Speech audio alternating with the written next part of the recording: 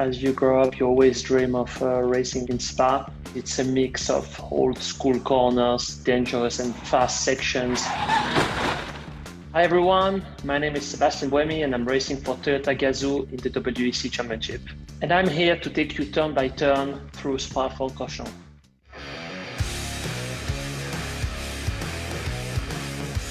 So basically here we are starting a lap of Spa-Francorchamps, getting into turn one, Lasso's corner. This corner is very important just because you have a long straight and the Rédillon following. You make more lap time by making sure you get a good exit and you clip the apex and trying to dive in and carry a lot of speed. So the exit is really important.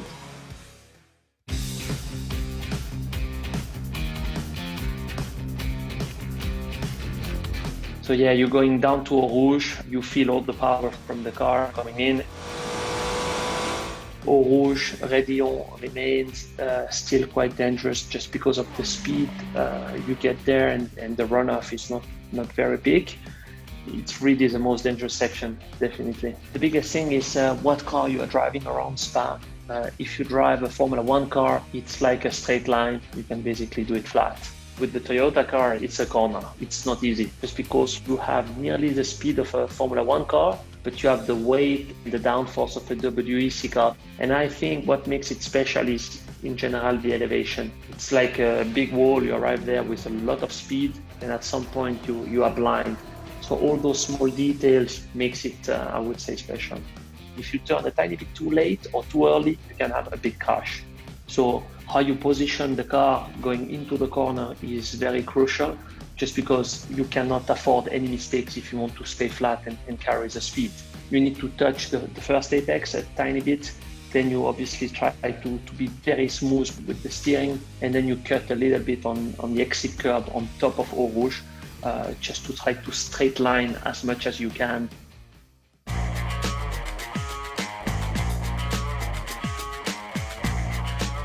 We are going up the straight here. It's a pretty long straight. It's where we reach the highest speed in the LMP car, 315 kph. It's going uphill quite a lot. People don't really notice that on TV. And then you basically brake at the start for this section, turn 5, 6, and 7.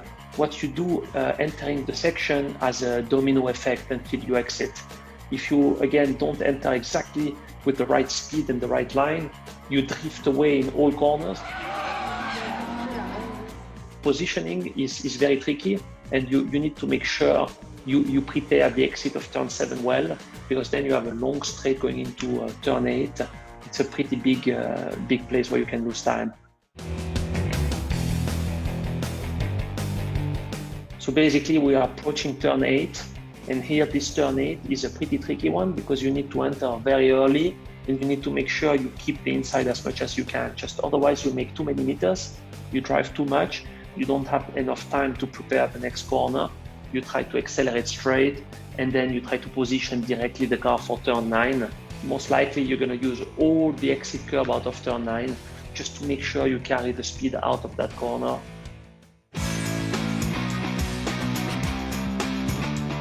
So then we go down to turn 10. It's one of the nicest corners of the track. It's Pouhon. You basically arrive in 6th gear, and it's a very quick left-hander. You try to keep the inside, and then you open a little bit, touch the outside curb, but not too much. If you touch it too much, you can drift completely out of the track. So it's really important there to turn at the right time and to have a lot of front end.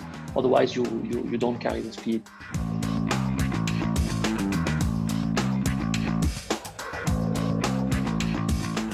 And then you basically arrive in one of the chicanes, 12, 13.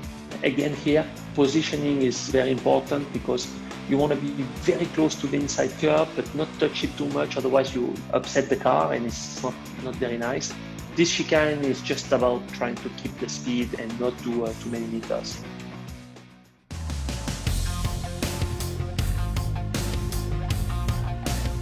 And then we arrive in one of the most important corners, similar to La Source. This turn 14 is very important because the exit, once you go back on power there, you stay flat out until the last chicane. So this turn 14, you try to use all the outside curb. You try to be very smooth on the steering. You do turn 15 flat out, and then you stay flat. And you just try to focus on your upshift, make sure you don't upshift too early or too late. And now we are already in Blanchimont. So Blanchimont is not really a corner anymore for us. Even on the wet, it's nearly flat.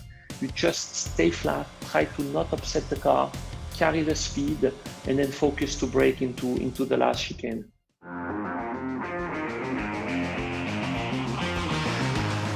And then we arrive in the final section of the track, which is turn 18 and 19. Not easy to brake. It's quite bumpy when you brake, and you try to slow down the cars as much as you can. It's quite narrow and quite tight, so you have to use first gear. And again here, the most important is to prepare quite well, just to make sure you have a good exit, because here you feel all the electric power plus the combustion engine. So you have like 1000 horsepower, and it's very easy to lose traction. So you try to accelerate straight, not touch too much the curb, and then that's it. We've done a lap of Spa-Francorchamps. I think that Spa is a bit special for every driver. Today on those new tracks, you have massive runoffs, and it doesn't feel so natural, where Spa is flowing and it's fast and it's dangerous and it has all the things that you want to have such a great track.